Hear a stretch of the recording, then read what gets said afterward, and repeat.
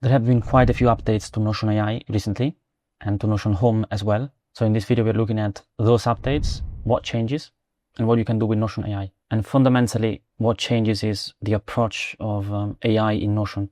Before, it was an add-on that you could add to your workspace in any plan. Right now, it is still an add-on for the Plus plan or the free plan. It is instead included automatically in your default Notion billing if you are on the business plan or on the enterprise plan.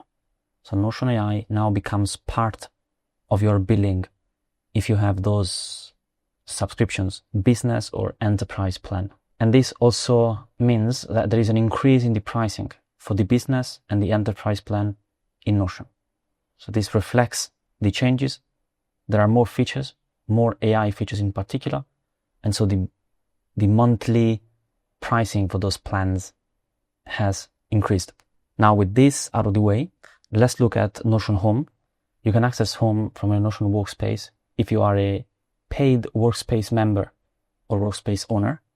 Guests do not have Home, so keep this in mind. When you access Home from the left sidebar menu at the very top, you can now see Notion AI is more prominent. Before there was no AI, but now there is this chat right here where I can chat with Notion AI. Then there is the recently visited widget and the upcoming events widget. If I go at the top right, there are 3 dots. I can change the default start page either to home or the last visited page or the top page in the sidebar menu. The default start page is the page that you see whenever you open the Notion workspace the first time every day. Before, in Notion Home, there was the My Tasks database. That's an aggregated database view that aggregates all your tasks from different databases into one single view.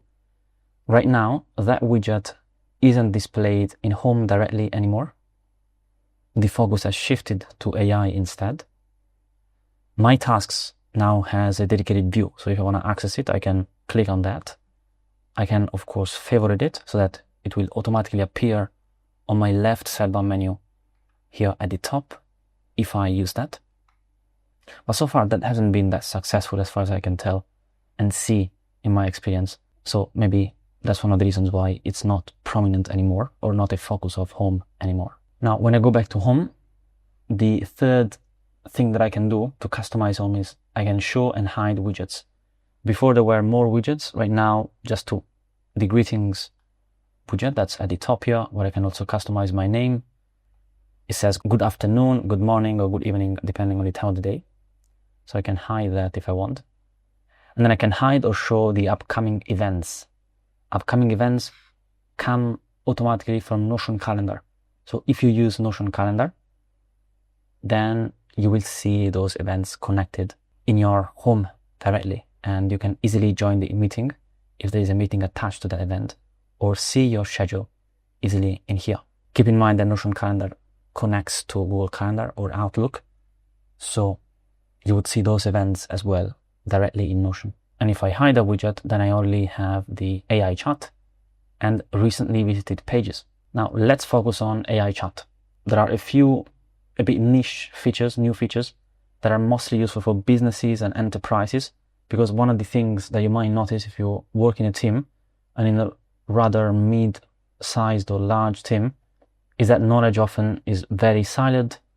It's quite tough to find the right information in one place. You need to look around unless there is a very clear structure and workflows and intention about how you use systems and you have knowledge documented. So it looks like Notion is trying to fill that gap and help businesses centralize knowledge in one place. And that's one of the reasons why in the AI chat now, there are also connectors to many external tools, meaning that you can use Notion AI to retrieve information, not just from Notion, but also from other tools that you use. These include Slack, Google Drive, Linear, Microsoft Teams. And if I go to settings, you can see here a few options that we have. If I go to Notion AI, there is a section for AI connectors.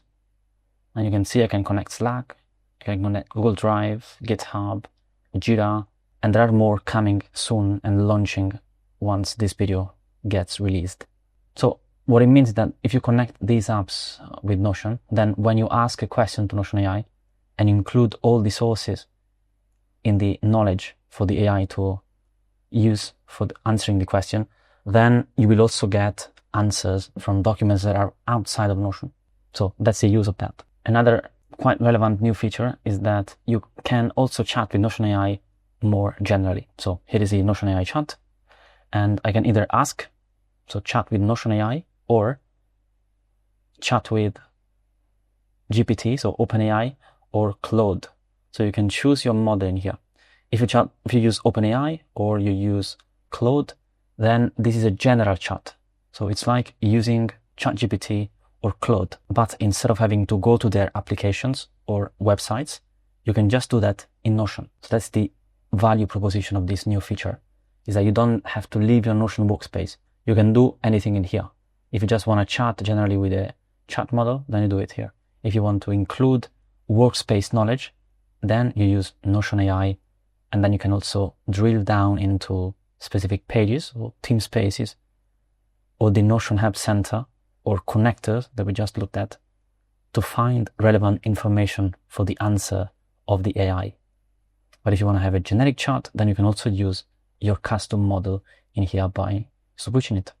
And because that's a chat, you can also attach files, and you can mention people, pages, or dates, just like you would on a Notion page. While typing, you can use the @ command to mention things so that the chat becomes more dynamic, and you can use relevant context for the AI to understand what you're trying to do. And the second mode of chatting with Notion AI is research.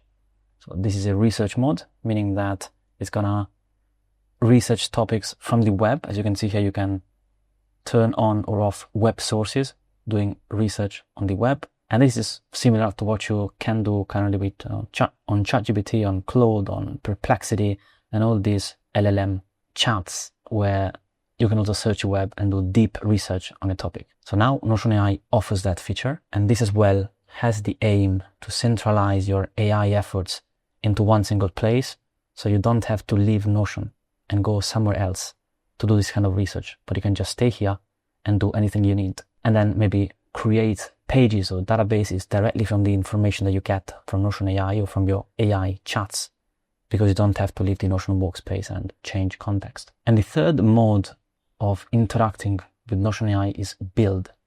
Build allows you to build a database.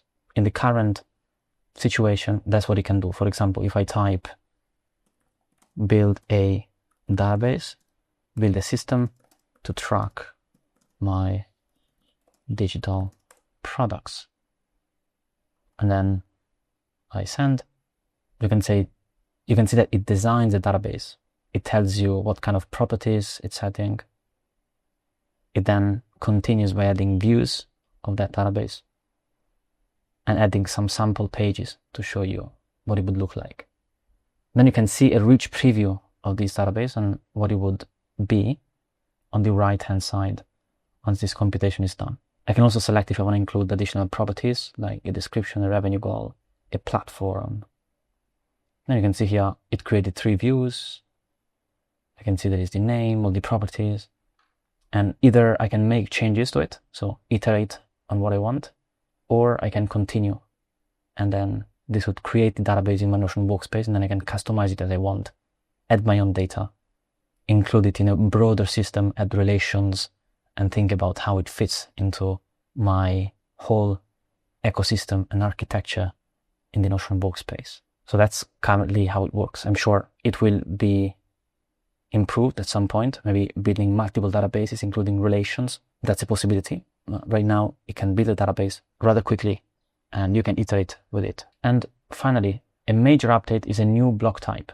It's an AI-based block type, and it allows you to transcribe meetings automatically and to take notes from meetings automatically using Notion AI. When there is a page, I can type / to open up the / command of all the possible commands that I can use on the Notion page.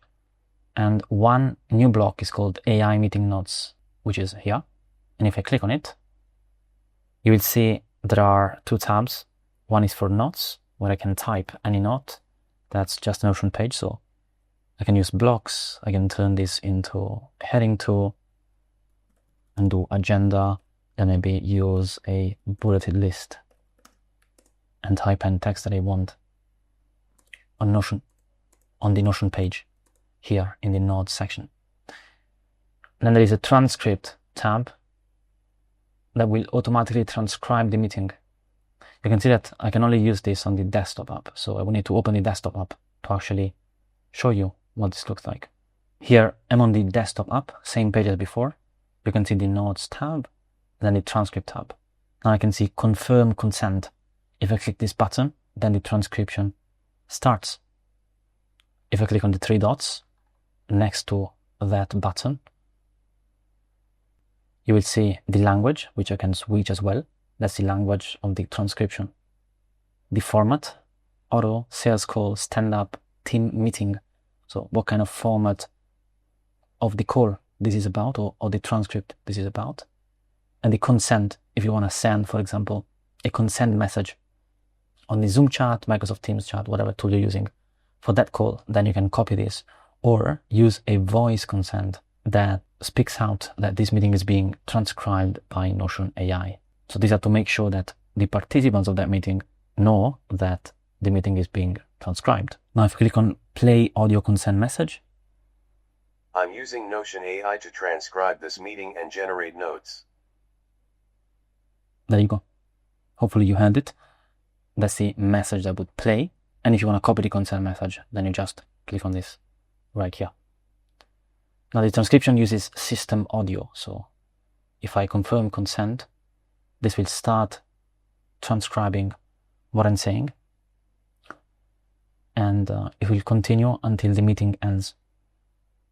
If the system audio detects the other speakers, then it will transcribe the other speakers as well.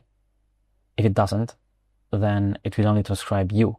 So you need to make sure that the actual system audio works properly and that you have the correct microphone connected to the transcript and to your computer settings for the audio so that everything works smoothly.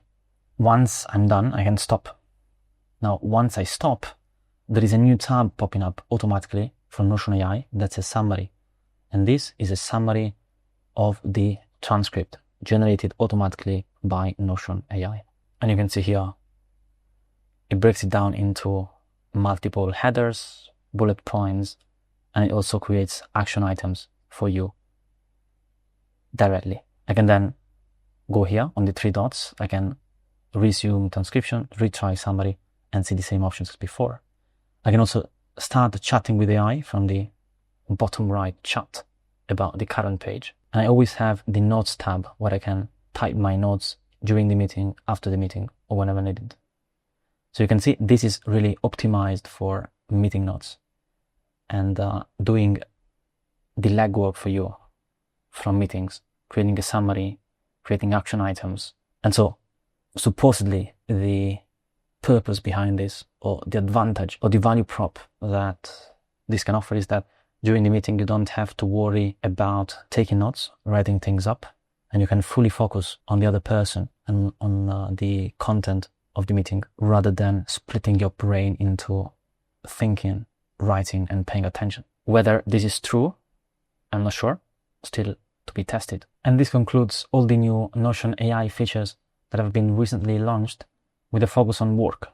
So team use cases and work-based use cases for improving productivity or centralization of data across all the different tools that you use, especially because so far there is no integrated way to use AI effectively without switching tools.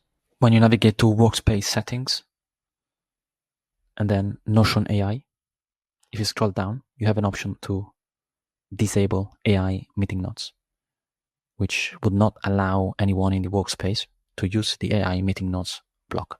As I mentioned at the beginning, these new features imply a change in price, an increase in price for business and enterprise plans, which will now have Notion AI included by default in their plans. Nothing changes for the Plus plan or for the free plan. I will leave some relevant resources in the description of this video. Feel free to reach out to me directly or leave a comment below if you have any questions or if you want to work with me. Thanks for watching for now, and see you in the next one.